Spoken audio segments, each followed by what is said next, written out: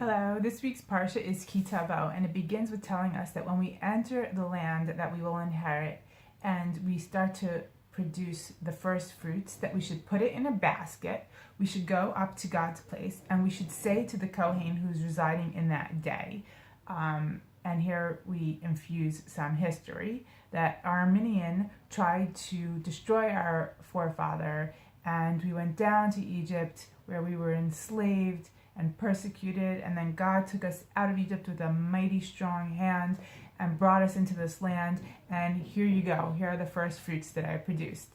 And then it says, and you shall be happy with all the good that God has given you.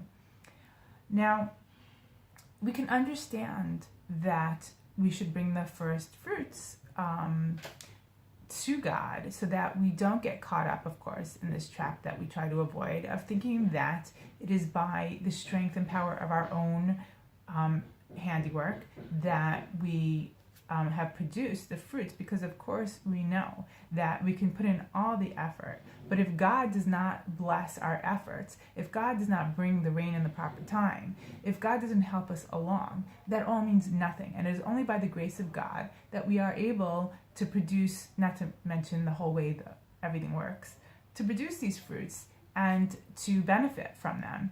And so in order to remember that, we want to do this and show also gratitude to God that we know that He is in charge of it all, and not to lose sight of that. So it's a basic concept of hakarat tov, of showing gratitude when somebody gives you something. It's only good manners and a proper way to live. And we want to instill that into our very character.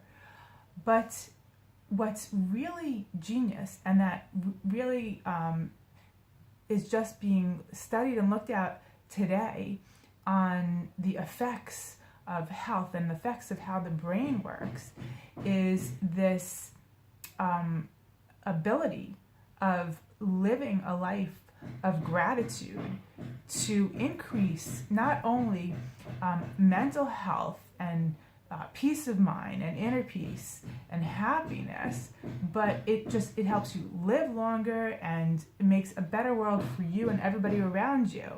And that is, they show the effects of gratitude on the neuroplasticity. It can change the whole way that your brain functions, even things that have been drilled into your subconscious that would bring you down. When you show, when you feel gratitude, and when you express gratitude, and when you socially incorporate gratitude into your life with other people, these three ingredients have a massive effect on your life and on your happiness. And that's first being proved today in science. And this is exactly what we're told to do. It's not that God's saying, you owe me your first fruit because I gave you this land and these fruits. But what God's trying to do is give us a good life where we can be happy and live longer and have a great environment for everybody around us. And so when we produce the fruits and we feel happy and we go out and we go up, and it's a social event, so we're sharing it with other people. We're so happy that we produce these fruits. We're bringing it in a basket, and we're expressing it in words.